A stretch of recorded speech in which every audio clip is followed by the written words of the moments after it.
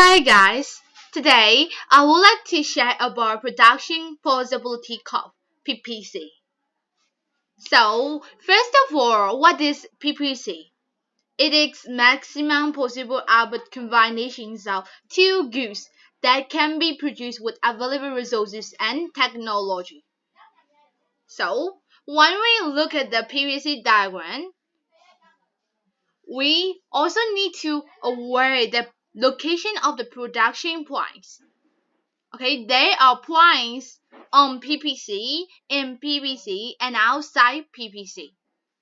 Okay, so the points on PPC, okay, A, B, C, and D. Okay, they are the points on PPC. So point E, it is used to produce only wooden furniture. Okay, all resources are dedicated to the production of wooden furniture. So what about point B? Okay, it is also used to produce only olive oil. So point C.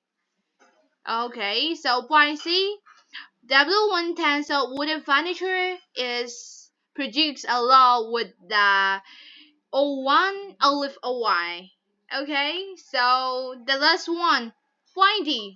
W2 wooden furniture. W2 tons of wooden furniture is produced along with O2 liters of olive oil.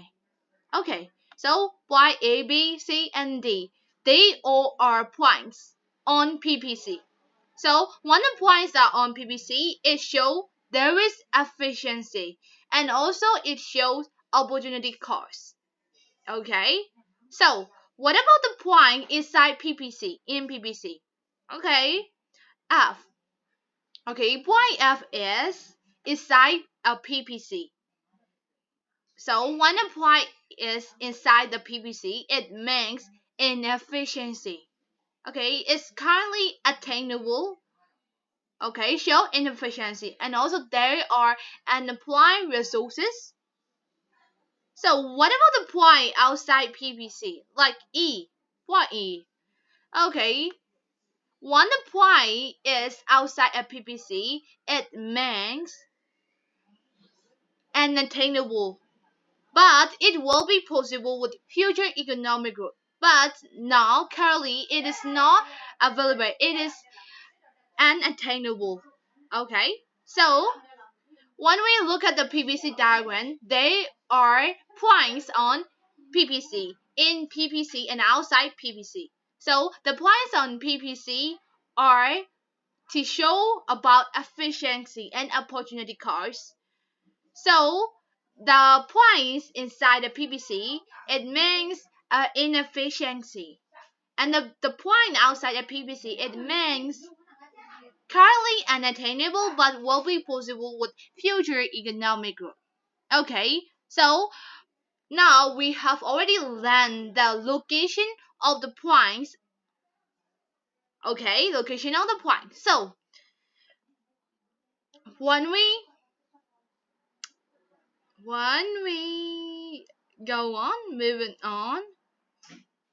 Okay, in the exam, okay, normally it asks theory questions. Okay, like that, explain the difference between a point inside a PPC and outside a PPC. Okay, so normally it comes like 4 marks. 4 marks. Okay, so we need to explain what is the difference between a point inside a PPC and outside a PPC. So, a point inside PPC indicates inefficient. Okay, use the resources, and the output is below production output. Okay, and the point outside is unattainable, not achievable with current resources. Okay, you need to explain why there is a difference. Okay, so normally it includes 4 facts, 4 different facts.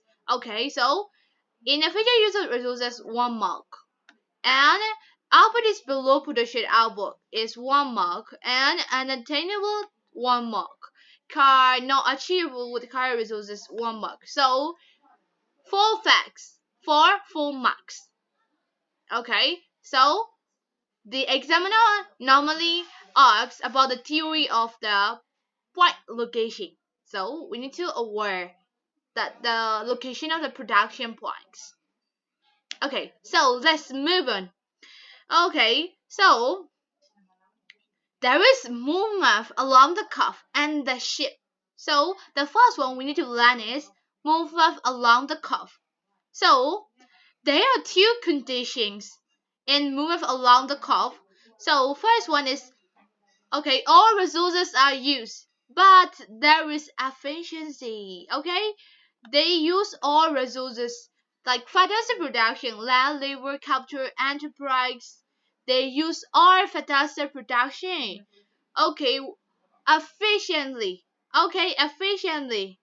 Okay, they use in their best purpose or in their best use. Okay, so all resources are used with efficiency. Okay, so the move along the curve is the same with the points on PPC. It shows opportunity cost because, like, think about it. When we want to, increase consumer goods, like X to Y. Okay, so when we want to increase consumer goods A to B and X to Y, so we need to reduce producer goods from C to D. Okay, so when we want to increase one product production level, we need also to reduce another product. So that means opportunity cost. Okay? Okay. So when we want to answer opportunity cost in PVC diagram, we will draw like that. Okay? We will draw like that. So what about shift? Normally there is inward shift and outward shift. So inward shift, what is inward shift? It is caused by a decrease in the quantity or quality of industrial production. So if there is a decrease in the quantity or quality of industrial production, okay, it is inward shift. Okay, for example, like there is a powerful storm. So a powerful storm destroying the farmland, okay, the farms, and then the productivity will fall. That's why there is an inward shift in PPC curve. Okay, so what about natural disaster like flooding, earthquake, or something like that? Okay, and also a war. Okay, so if there is an increase and decrease in quantity or quality of industrial production, there will be inward shift. So outward shift. What is outward shift?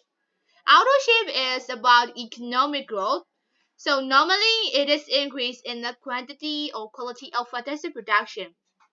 So there is more skilled labor in the economy. So skilled labor create efficiency in the economy. That's why that will increase output per worker and the productivity in the economy.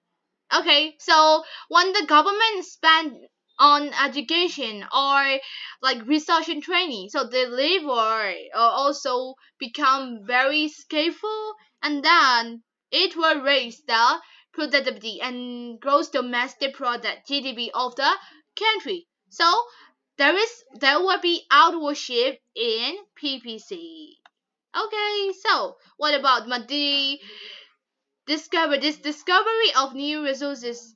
Okay, when we discover new resources, it will increase the supply. So will increase opportunity, will increase productivity too. Okay, so there will be outward shift. So in PVC, there are two shifts, inward shift and outward shift.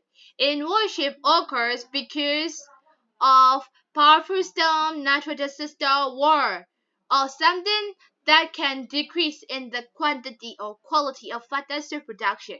And the outward shift occur because of an increase in the quantity or quality of fertilizer production.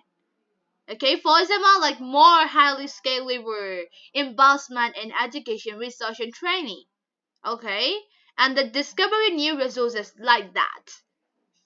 Okay,